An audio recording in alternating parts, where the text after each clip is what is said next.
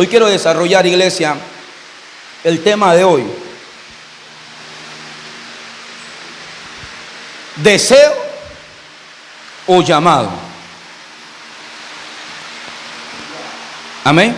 Voy a basarme a esto, iglesia, porque al parecer no nos hemos percatado de la importancia de lo que usted le hace para Dios. ¿Amén? Al final el que te recompensa es el Señor. Al final el que va a pagarte es Dios. Lo que usted está haciendo para Él no es para el hombre, es para Él conforme a su propósito.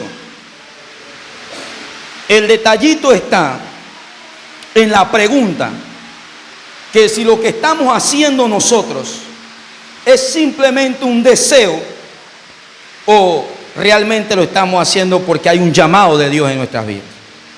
Amén. Entonces, basándonos a esto, iglesia, vamos a ver qué hay en nuestras vidas. Si realmente hay un deseo nada más, o realmente estamos dispuestos a servir al Señor en todo lo que nosotros queremos hacer. Mira lo que dice el Evangelio de San Juan, capítulo 3, versículo 27. Está Jesucristo bautizando en un lado, está Juan el Bautista bautizando en otro lado, y los discípulos empiezan a tener riñas, empiezan a discutir, y van donde el maestro y le dice: Jesús, Juan está bautizando. Otros van donde Juan y le dicen: Jesús, el que tú bautizaste, está bautizando. Y mira lo que responde el profeta Juan, versículo 27, capítulo 3 de San Juan, dice: respondió Juan y dijo: no puede el hombre recibir nada si no le fuere dado del cielo. Amén.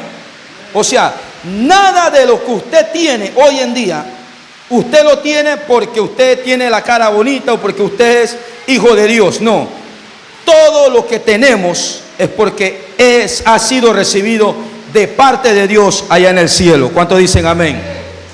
Así que tenemos que tener en cuenta algo, iglesia.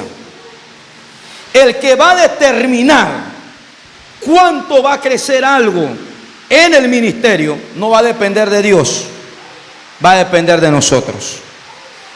Cuánto tú vas a crecer ya no va a depender de Dios, va a depender de ti, porque Dios depositó en ti algo. Lo que tú tienes fue dado de parte del Señor. Nadie tiene aquí en la tierra algo si no fue dado por Dios.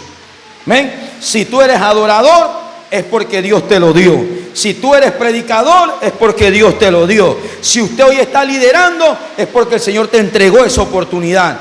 Y tenemos que aprender a valorar eso. ¿Cuántos dicen amén?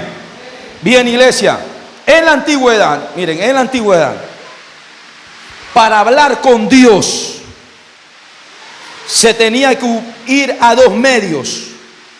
Primero, para poder pedir perdón de mi pecado, yo tenía que ir al sacerdote. El sacerdote entraba en el lugar santo, en el lugar santísimo, con un sacrificio para yo poder pedir perdón al Señor de mi vida. Segundo, para yo poder escuchar a Dios, qué Dios quiere, qué Dios tiene para mí, tenía que yo acercarme al profeta. Eran los únicos dos medios para oír la voz de Dios y saber qué Dios quería conmigo. Tenías que ir a un profeta. Para yo pedir perdón, tenías que ir a un sacerdote, y el sacerdote hacía la ceremonia de expiación para yo poder pedir perdón delante del Señor. Eso era en la antigüedad. Lo tremendo de esto, iglesia, es que hoy en día en nuestras congregaciones, miren, da tristeza, pero es una gran realidad.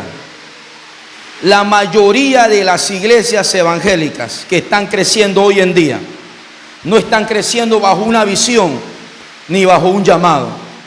La mayoría de los que están creciendo porque me fui de la iglesia y voy a abrir mi propia iglesia. Amén. Y ese es un peligro demasiado grande, pueblo de Dios. ¿Sabe por qué? Porque nosotros podemos hacer iglesia, pero no estar la voluntad de Dios metido en esa iglesia. Entonces esto es peligroso, pueblo del Señor, porque llevar la obra, hoy en día nos hemos acostumbrado, y hablo del liderazgo, iglesia, hablo del pastorado, hablo de los que están llevando la obra. Como tenemos conocimiento, como tenemos estudio, como sabemos cómo llegar a la persona, motivar, animar, sabemos cómo hacer que usted pueda decir un amén, un gloria a Dios, ya sabemos hacer el protocolo del culto, ya nosotros pensamos que estamos haciendo algo para Dios. Y lo más peligroso es que usted venga a los cultos a cantar y a adorar y que Dios no esté de acuerdo con lo que tú estás haciendo. Amén. Entonces, yo te puedo garantizar, iglesia, hay bastantes congregaciones, y en esa parte yo siempre le he dicho al Señor, Señor, danos iluminación. Porque si casa de adoración es capricho mío, dímelo, porque no quiero perder tiempo. Si casa de adoración nació de tu corazón, entonces guíame también a poder llevar al pueblo al camino correcto.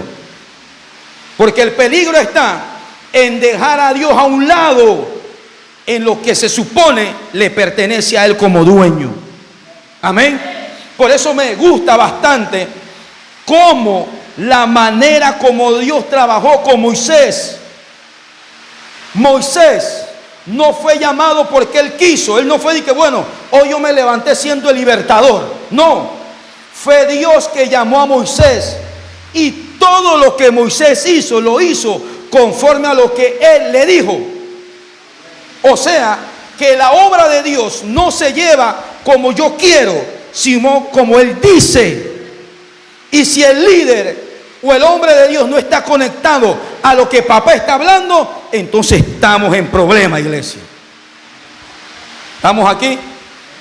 Mira lo que dice Éxodo capítulo 25, versículo 40.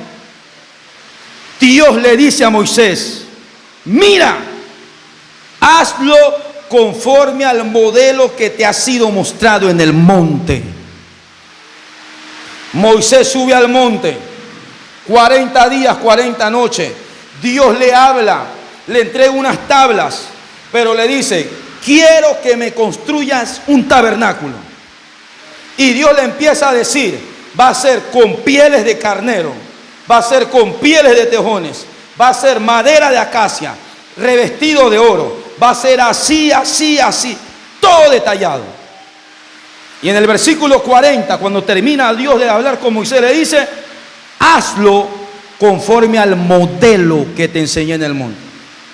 O sea, que toda obra de Dios tiene un modelo.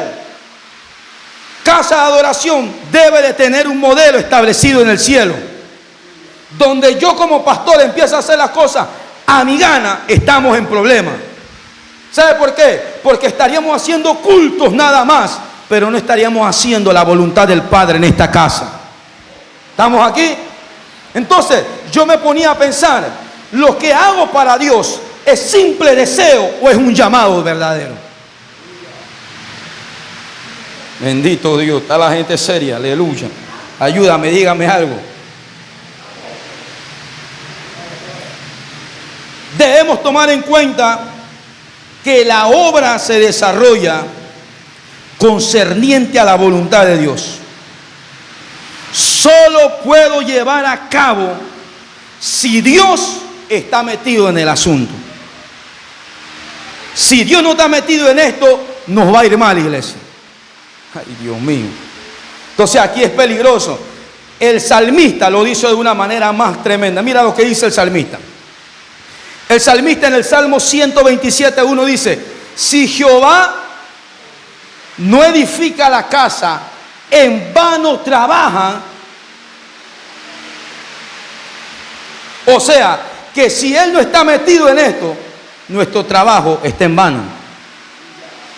Si Jehová no está diciendo, haz esto, tienes que hacer esto, tienes que hacer lo otro, de esta manera, entonces nuestro trabajo está siendo en vano. Ay, Dios mío, iglesia, estamos aquí hay un peligro grande. Jesucristo lo dice más claro, iglesia. San Juan 15:5, separado de mí nada.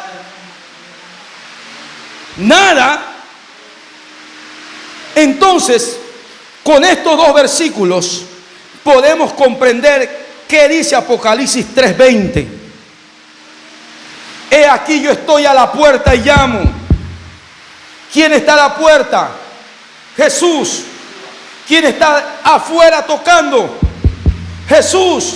¿A quién está llamando? A la iglesia. La iglesia donde tenía a Cristo. Afuera. La peor preocupación que usted debe de tener no es que si los hermanos vienen o no vienen.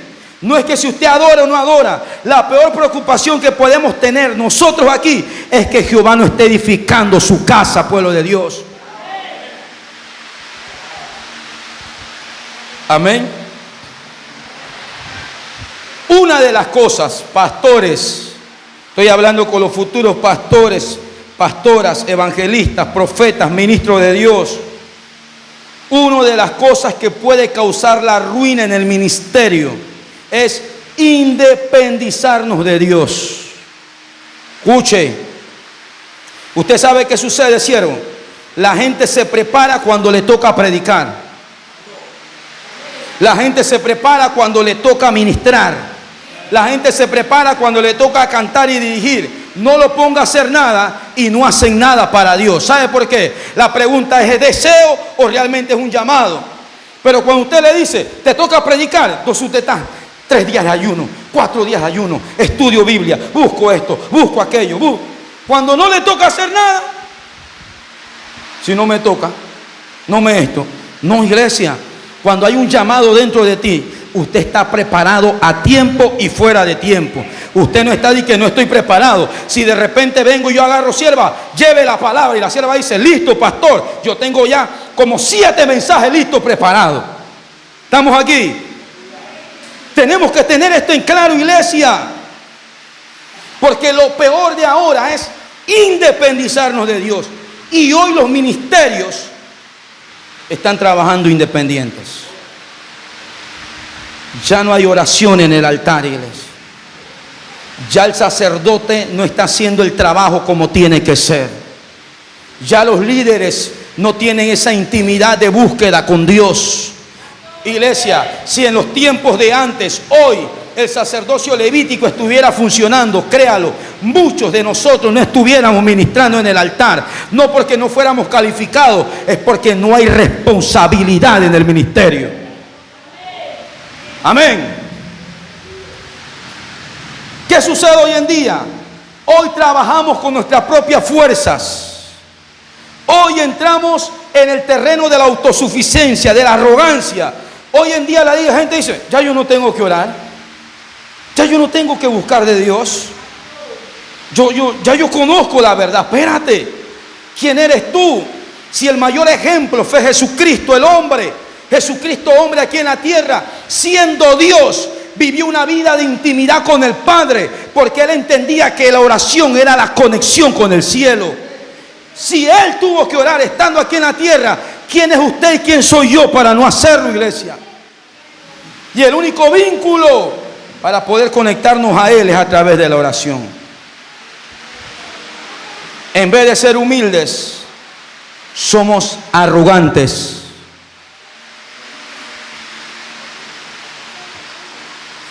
Y el Señor no me deja mentir, iglesia. Yo se lo digo por experiencia propia. Hay momentos en los cuales ha habido situaciones en las que yo digo, bueno, ya yo sé predicar, ya voy a abrir el cuaderno y vamos a soltar la palabra. Yo siento, yo creo que esta es la palabra. Ya no está esa dirección de que, Señor, ¿cuál es la palabra? Señor, háblame, Señor, esto no. Ya se perdió esto. Ya como hay conocimiento, hay estudio. Ahora como hay YouTube. Bendito Dios. Amén. Ahora como hay YouTube, tenemos miles de mensajes que podemos tomar de ahí. Ay, Dios mío, Dios mío. Apocalipsis 1:6 lo leímos. El Señor nos hizo reyes y ¿qué? Y sacerdotes, ¿verdad? Somos reyes y sacerdotes. Apocalipsis 5:10, y nos has hecho para nuestro Dios reyes y sacerdotes y reinaremos sobre toda la tierra. Primera de Pedro, usted lo conoce, 2:9 dice, mas vosotros sois linaje escogido, real sacerdocio, nación santa. Entonces la pregunta del millón, iglesia, es: ¿cuál es el diseño? ¿Cuál es el modelo? ¿Cómo se lleva una obra? ¿De qué manera Dios lo estableció? Dios le dio el diseño a Moisés. Hoy en día nosotros podemos darnos cuenta cómo podemos dirigir a la iglesia por medio del sacerdocio levítico. ¿Cuál es el diseño, pueblo del Señor? Miren, ¿dónde surgen este pueblo? Los levitas. Escuchen, escuchen, escuchen, adoradores. Ustedes son levitas, predicadores, los que ministran. Ya no estamos sacrificando animales, pero el sacerdocio en el altar aún sigue siendo muy importante, iglesia. El pueblo de Israel estaba formado de 12 tribus. De las 12 tribus se tomó uno y fue la tribu de Leví. Diga conmigo, Leví.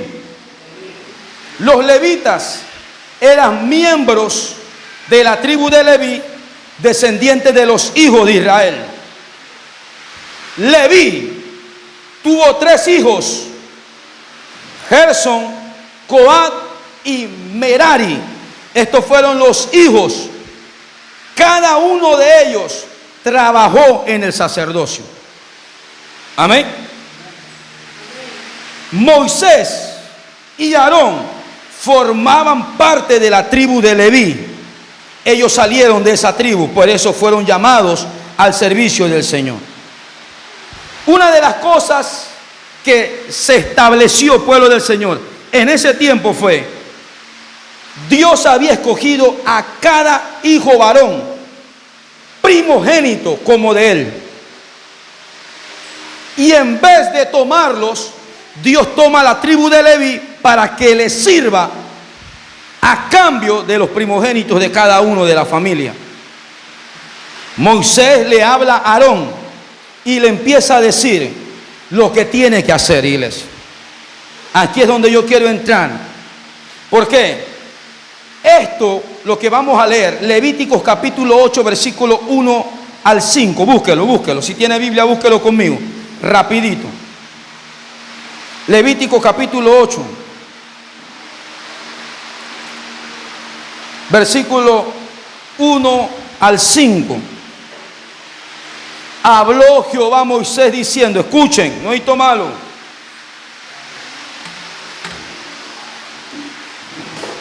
Levitas, solamente con estos versículos yo haría una vigilia completa, iglesia. Solamente con esos versículos hay mucho de qué hablar. Habló Jehová a Moisés, 8 de Levítico. Toma a Aarón y a sus hijos con él las vestiduras, el aceite de la unción, el becerro de la expiación, los 2 carneros y el canastillo de los panes sin levadura. Reúne toda la congregación a la puerta del tabernáculo de reunión. Hizo pues Moisés como Jehová le mandó. Todo lo que hacía Moisés lo hacía, ¿por qué? Porque Jehová se lo había mandado. Entonces el peligro más grande es hacer las cosas como nosotros pensamos que es, sino saber qué realmente Dios quiere hacer en este momento. Bien, iglesia, el sacerdocio es un llamado. Diga conmigo, llamado. Y este llamado es la demostración de compromiso total hacia el Señor. Hay 3 aspectos que la Biblia nos enseña aquí en este capítulo. Primero, había una ceremonia. Dios llama, escoge a Eduardo. 3 ceremonias tenía que pasar el levita. Primero, lo tenían que lavar. Lo bañaban. Público, ¿usted sabe lo que era eso? Como no conocemos a veces lo que habla la Torá o la ley o lo que era el sacerdocio, públicamente desnudaban a Eduardo.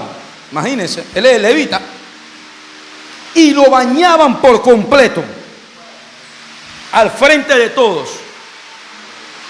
Lo tenían que bañar. Primero, santificación, iglesia. Después de esto, venía la unción. Públicamente, después del lavado, lo ungían. Y tercer punto, el sacrificio de un cordero. Eduardo, como levita, tenía que ponerle la mano a un cordero en la cabeza y los pecados de él pasaban al cordero y el cordero era sacrificado, entonces él podía ministrar en el altar. ¿Usted se da cuenta de los pasos? Entonces el levita tenía que estar uno tenía que ser de la tribu de Leví, de la familia de Aarón. Si no era de la tribu de Leví, no podía ministrar, iglesia. Aquí está fácil el asunto. Aquí no hay problema. Ahí dice, ¿usted es familia de quién? Familia Pérez. ¿De la tribu de qué? Yo no sé de qué tribu de por ahí. Bueno, ministre, adore. Fácil. En ese tiempo no era así. En ese tiempo, ¿familia de qué? Familia de Dan. No puede. ¿Usted familia de qué? De Isaacar. No puede. ¿Usted tribu de Leví? Venga. La gente que ministraba era gente de 30 años para adelante. ¿Cuántos años? Y si usted no tenía la edad, usted se quedaba sentadito hasta que cumpliera la edad. Usted tiene 15, 10, 20, 12, 14. Yasmín, ¿cuánto tú tienes, mami?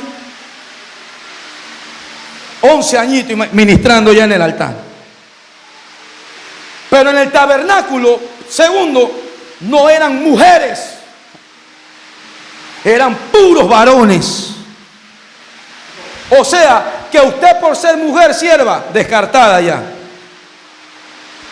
Tenían que ser varones. 30 años, de 30 a 50 años. ¿Por qué? Porque era la edad para poder ministrar en el sacerdocio. ¿A qué edad empezó el ministerio de Jesucristo? 30 años. Era porque así era establecido en la ley, iglesia. Amén. Entonces, es una responsabilidad tan grande, pueblo del Señor. Hoy en día ha habido una situación en el corazón de la iglesia. ¿Y sabe cuál es? La situación es que la mayoría, pueblo de Dios, de la congregación, le quiere servir a Dios no por llamado, sino por deseo. La mayoría no quiere venir al servicio del Señor por llamado, sino para que lo vean, sino para que hablen de Él, sino para que lo aplaudan, sino para que lo miren. ¿Y sabe el problema cuál es? Que cuando no es un llamado y es un deseo, el deseo es efímero, el deseo es momentáneo. Tú sientes el deseo hoy, mañana tal vez se te va. Pero cuando es un llamado, el llamado nunca se te va a ir, porque es algo que Dios depositó en tu espíritu. Y por más que usted no quiera y quiera salir huyendo, ese llamado te va a perseguir. ¿Estamos aquí? Escúchelo, iglesia. ¿Qué son los deseos? Entonces la pregunta es, ¿usted le está sirviendo a Dios por qué? ¿Por deseo o por llamado? ¿Usted está sirviendo a Dios por la familia o porque mamá se congrega, yo me tengo que congregar también? Porque papá se congrega, yo también me tengo que congregar. ¿Qué es lo que siente tu corazón? ¿Deseo o verdaderamente hay un llamado? ¿Qué es el deseo? El deseo es hacer las cosas que quiero hacer y alcanzarlo para sentirme bien. Pastor, yo quisiera predicar. ¿Lo sientes como llamado o como deseo? Porque cuando es deseo, usted le agarra en el micrófono y una persona que predique por deseo, no viene nadie y se pone triste. Una persona que predique por deseo, la gente se le duerme y se pone triste. La gente que predica por deseo pregunta, ¿cuánta gente va a venir al culto?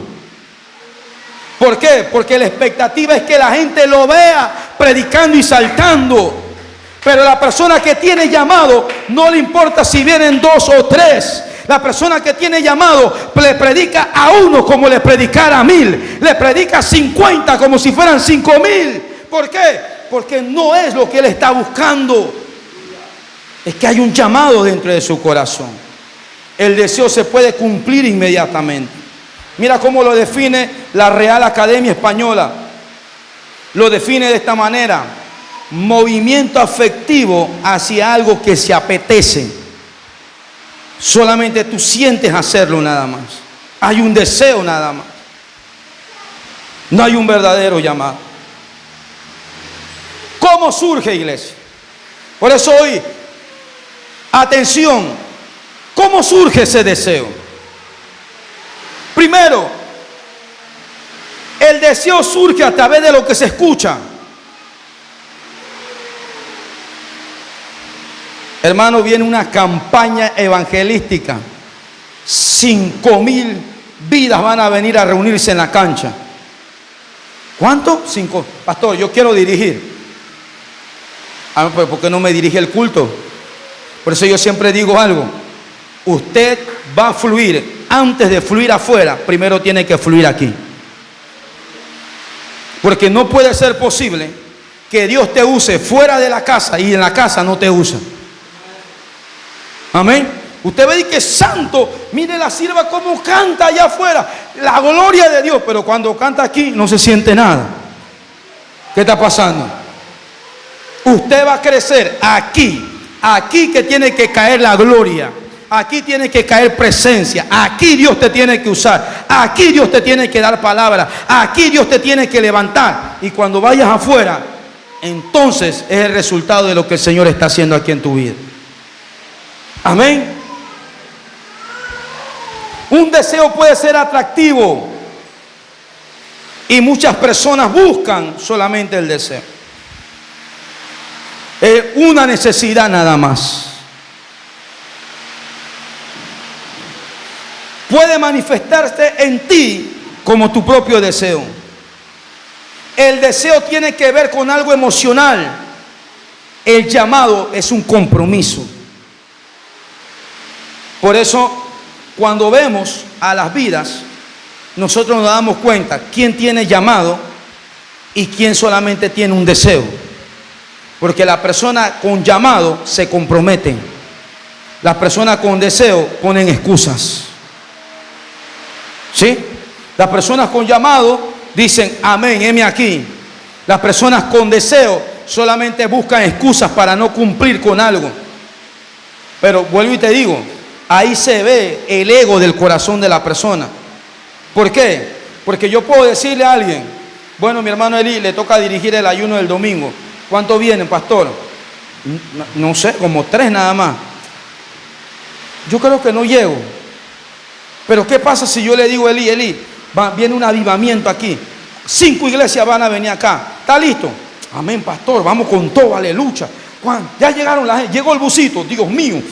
Lucha, vamos, hermano, fluye, canta, adora. No, la gente con compromiso lo hace en todo momento. ¿Estamos aquí, iglesia? Por eso hoy en día, iglesia, vemos el llamado de Dios que hoy el pueblo tiene que tener claro. Es lo que Dios depositó en ti. Es algo sobrenatural. En una ocasión un evangelista dijo, no hay mayor fracaso que aquel que fracasa en lo que Dios lo llamó a hacer, porque para efecto de Dios, para otra cosa no sirves. ¿Sabes cuál es el mayor fracaso en la vida que tú puedes tener? No es que usted reprobó un año en el colegio, no es que usted le fue mal en el amor, no es que usted lo dejaron plantado. El mayor fracaso que puede tener una persona es no cumplir el llamado que Dios hizo con él. Porque para efecto de Dios, usted nada más vino a cumplir un propósito. Amén. En el libro de Hebreos capítulo 5, versículo 4 dice, nadie toma para sí esta honra, sino el que ya es llamado por Dios. Efesios 4:11 dice, Él mismo constituyó a unos. Aquí es donde yo siempre entro y yo digo, el hermano y la hermana que conoce su llamado no tiene celo ministerial. No empieza a compararse, no empieza a competir. Yo pongo, suena como pastor, nuevamente va a decir lo mismo, pero es importante que usted entienda que formamos parte del cuerpo de Cristo. Y como cuerpo de Cristo, usted es un miembro. Y como miembro tiene una función. El detalle está en yo poder identificar como siervo de Dios cuál es tu función en el cuerpo de Cristo. Cuando tú identificas eso, no hay competencia. Entonces, cuando usted ve en una congregación hermanos que compiten, hermanos que pelean porque quieren ser mejor que el otro, es porque no han entendido lo que es un llamado ministerial. El que tiene llamado ministerial comprende. Miren, es como si las manos, los 5 dedos pelearan entre ellos mismos, hermano. Usted nunca va a ver el meñique diciendo, yo necesito ser como el pulgar. El del medio, el anular y el índice, ninguno de ellos se pelean. ¿Todos son iguales? No, todos son diferentes, pero forman parte ¿de qué? De la mano. Asimismo, yo te puedo traer ejemplo al grupo de alabanza. ¿Forman parte de qué? Del grupo de alabanza, pero cada uno son distintos y no puede haber competencia. No puede haber es que yo canto mejor, es que yo predico mejor, es que yo entono mejor, es que mi voz es más angelical que el tuyo. ¿Estamos aquí? Lo mismo sucede con los predicadores. Yo no puedo estar compitiendo con los mensajes del pastor Nazario. Cuando el siervo predica y lleva su mensaje, es lo que Dios le da a él. Y cuando el pastor aquí predica y yo llevo el mensaje, es lo que el Señor me da a mí. ¿Pero qué? Somos el mismo cuerpo y el mismo equipo. El día que el pastor está en una misión, está el siervo llevando el mensaje. ¿Por qué? Porque estamos en el mismo equipo. Cuando usted no entiende eso, hay competencia en el ministerio. Entonces usted busca la manera de tumbar al hermano, de tumbar a la hermana, de tenerlo en poco. La pregunta es, ¿deseo o llamado, iglesia? En una ocasión el evangelista Carlos H. Spurgeon, un predicador muy famoso, escuchen esta historia, iglesia. La reina de Inglaterra, la que falleció no hace mucho, le ofreció a este predicador muy conocido que fuera canciller de la República. Pero el requisito para que el predicador pudiera trabajar para ella, ¿sabe cuál era, siervo? Tenía que dejar el pastorado. Y canciller de la reina de Inglaterra, eso no es cualquiera, no es cualquier trabajo, hermano. Y escuchen, el pastor Spurgeon le dijo en una forma segura y certera: reina, yo le agradezco la oportunidad que usted me da, pero no puedo bajar de puesto. Escuche, yo no puedo bajar de puesto. La reina le hizo una observación y le dijo: usted está loco. ¿Cómo usted va a comparar el pastorado con una cancillería? En la cual Spurgeon responde y le dice: es verdad, reina, yo estaría loco si yo comparo el pastorado con la cancillería. ¿Por qué? Porque lo que usted me ofrece es algo de este mundo y es pasajero, pero lo que yo estoy haciendo es algo eterno y tiene recompensas eternas. Cuando tú estás seguro, iglesia, no hay nada que pueda ocupar el lugar del llamado que Dios te hizo como predicador y servidor de Él.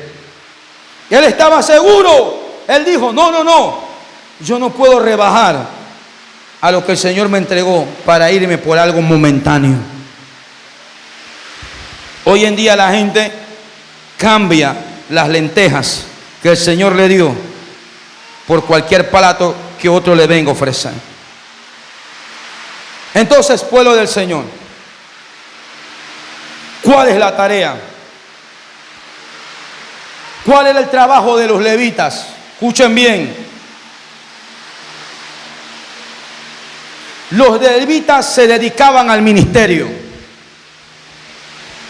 Sus principales funciones eran el cuidado del tabernáculo. Debían estar en el cuidado de los utensilios, de todo en el tabernáculo. Debían de llevar los enseres, los platos, los vasos, todos. Esto era algo muy, pero de mayor responsabilidad. La mayoría de ellos tenían que cargar las cortinas, el altar, el arca. Eran los encargados. No había otro, iglesia. No había otro grupo. Siéntete privilegiado, pueblo de Dios, si a usted se le encargó hacer algo para su obra. Porque anteriormente solamente era un grupo. Ahora usted está agarrando también la obra, el tabernáculo del Señor, y llevando y poniendo tu hombro también para el servicio de Dios. ¿Qué se te asignó? Te toca interceder en la madrugada, hazlo con diligencia. ¿Qué te asignó? Te toca a ti limpiar la iglesia, hazlo con diligencia. ¿Qué se te asignó? Te toca dirigir, hazlo con pasión. ¿Qué se te asignó? Te toca adorar, hazlo con ganas. Porque es un privilegio que el Señor nos está entregando hoy en día. Eran las familias guardianes del culto de Jehová. Eran los que vigilaban los utensilios del Señor. Los levitas tenían que cuidar la limpieza. La gente pensaba, no, en ese tiempo eran los encargados de que todo estuviera limpio, ordenado. Era el altar de Dios. Los levitas tenían cuidado del templo en las tareas de los sacrificios de animales. Entonces, ese trabajo lo tenemos que hacer hoy en día también. No sacrificamos animales, pero no hemos olvidado de entregar el mejor sacrificio, nuestra adoración y nuestra oración. ¿Sabe cuál es el problema, iglesia? A pesar de sufrir varios cambios, no solamente en el tabernáculo, ahora en el templo, a pesar de que fueron varios los cambios de las funciones de los levitas, hoy en día el sacerdocio se sigue trabajando. El detalle está donde que los sacerdotes nos hemos dedicado más preocupados en la obra de Dios que en el Dios de la obra. En una madrugada yo escuchaba al pastor Moisés Bell, y el mensaje de él, ¿cuál era? El secreto es la oración. No, perdón, la oración es la clave. Ese era el título del mensaje. Y él decía, la gente piensa que llevar la obra de Dios es sin Dios. No, llevar la obra de Dios es con Dios. Y la única manera de poder estar conectado con Dios es a través de la oración. Pero hoy en día los levitas, los sacerdotes, no tienen tiempo para Dios. Tenemos tiempo para todo menos para Dios, iglesia. Hoy en día ya no hay oración. Hoy en día, si yo me conecto en la madrugada, líder de intercesión, a conectarme a interceder con ustedes, estoy clarito y seguro de que no es un grupo grande que está intercediendo. Si acaso 2 o 3 nada más. Lo demás, ¿por qué?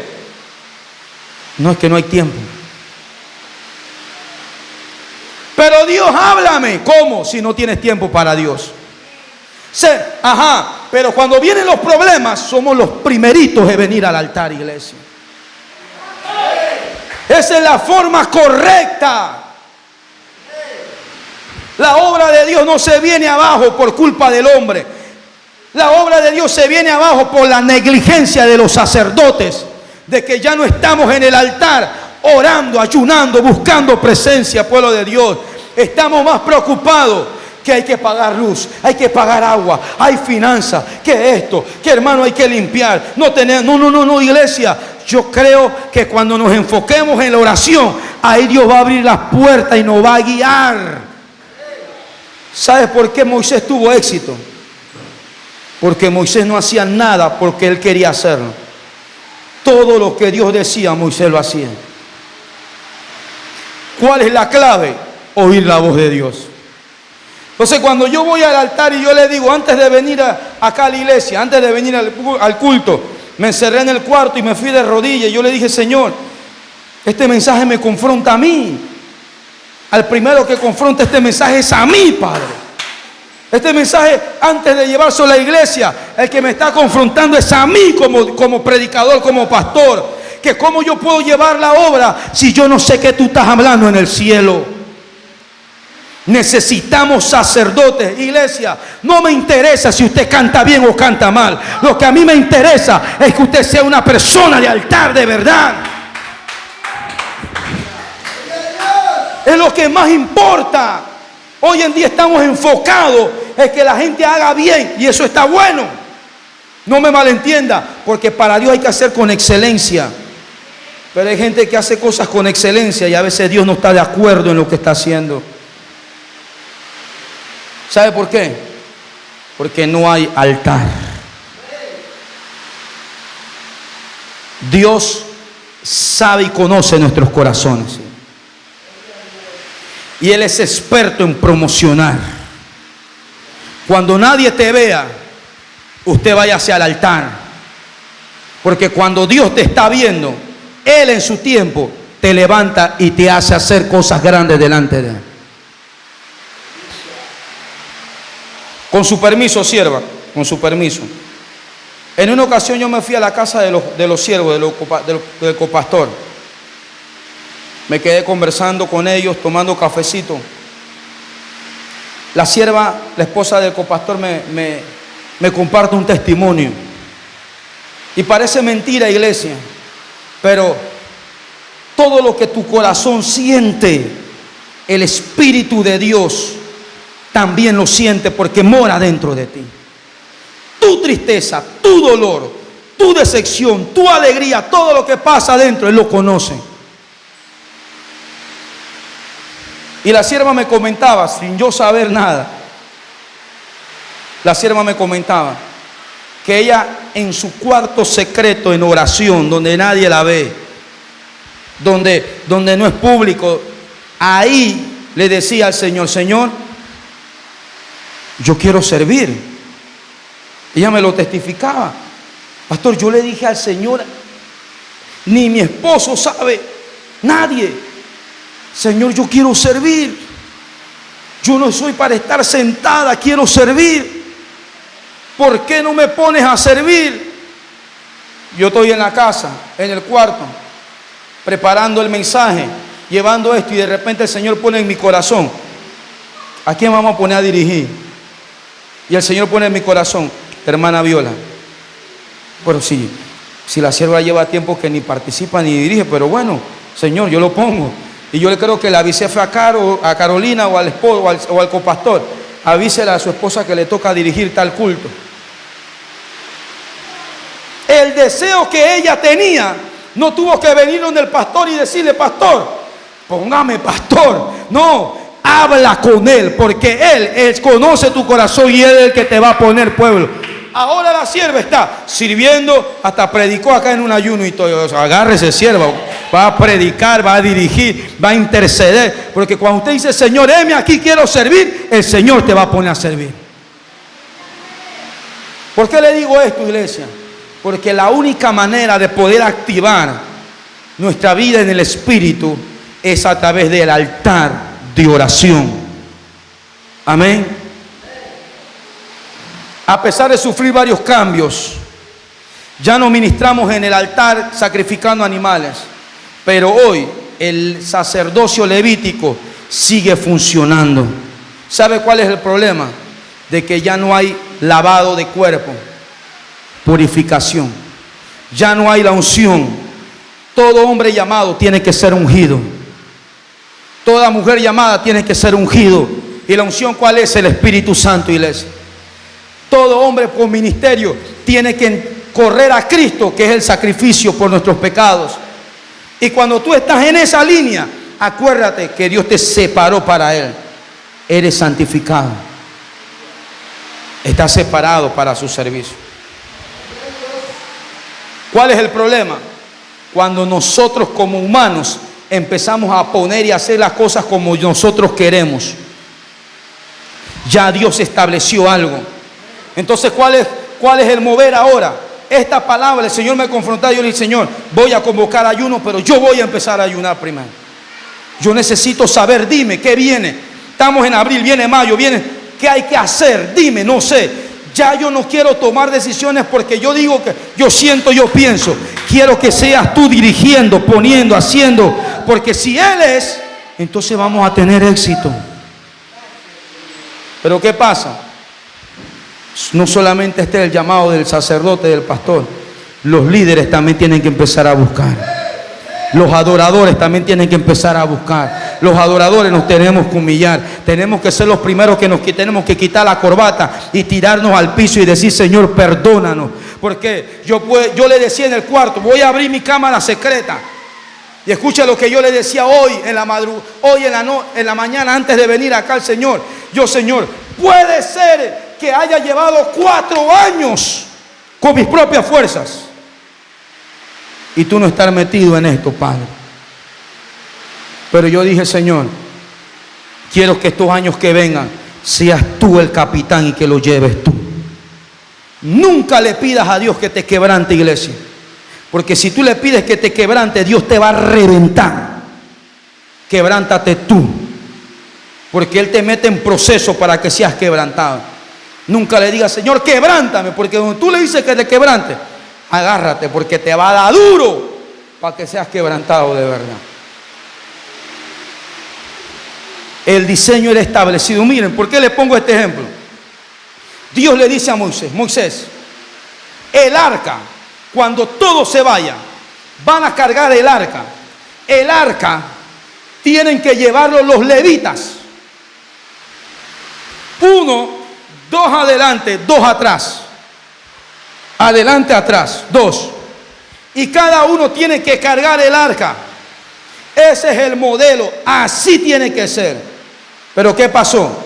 En una ocasión David recupera el arca. Y David, en vez de usar el modelo, ¿usted sabe qué hizo el rey? Lo puso encima de bueyes, animales. Y dice la Biblia que cuando iba el arca, David iba contento, alegre, danzando. Dice que se hizo hasta lo más vil. Estaba desnudo el rey, alabando al Señor con locura, con santo. Usted no se mete en esa locura, hermano, ¿sí? Porque después usted se me desnuda. Aquí no queremos a nadie en pelota aquí, hermano. Pero David entró en una locura que la esposa de David dijo, pero ¿qué le pasa al rey? No tiene vergüenza. Pero el detalle no era eso. El detalle era que Dios había dicho que eran los levitas que tenían que cargar el arca, y David lo puso en unos bueyes. De repente los bueyes se tropezaron, iglesia. Y la Biblia dice que cuando se tropezaron, Usa mete la mano. Usted conoce la historia. Usa mete la mano para que el arca no se caiga. Ey, ¿estaba mal lo que estaba haciendo Usa? No. Usa no quería que el arca se cayera. Pero Usa mete la mano y la Biblia dice que la ira de Dios cayó sobre Usa y ¡pum! Cayó muerto. ¿Sabes cuál fue el problema? El problema no fue que Usa metió la mano. El problema es que el método que Dios había dado, David lo había cambiado. Entonces mi pregunta es, ¿cuál es el método para llevar casa de adoración? Porque si yo cambio el método, vamos a tener fracasos y vamos a tener muchos Usa que van a estar muriendo espiritualmente. Pero cuando ponemos el método que Dios dijo, entonces nos va a ir bien, porque Él es el dueño de casa de adoración, iglesia. Él es el dueño. En 2 de Samuel capítulo 6 versículo 5 podemos ver esa historia, iglesia. Entonces la pregunta es, pueblo de Dios, ¿lo que tú haces es por deseo o por llamado? ¿Es un mero deseo de servir nada más? Usted no sabe la cantidad de predicadores que conozco que quieren predicar, pero no tienen el llamado, simple deseo. Cuando es llamado, el adorador se mantiene firme. Pero cuando es un deseo, la primera prueba se va. Predicador, deseo, llamado. Si no te ponen bien y si no también. Pero cuando Dios está en el asunto, deja que sea Dios. Deja que sea Él. Él es experto en callar bocas. Él es experto en levantar gente menospreciada. Él es experto en levantar gente que nadie creía en ti. Él es experto, pero espera el tiempo. Por eso, iglesia, no le servimos a Dios por deseo. Le servimos a Dios por un llamado. ¿Estamos aquí? Es un llamado. Termino.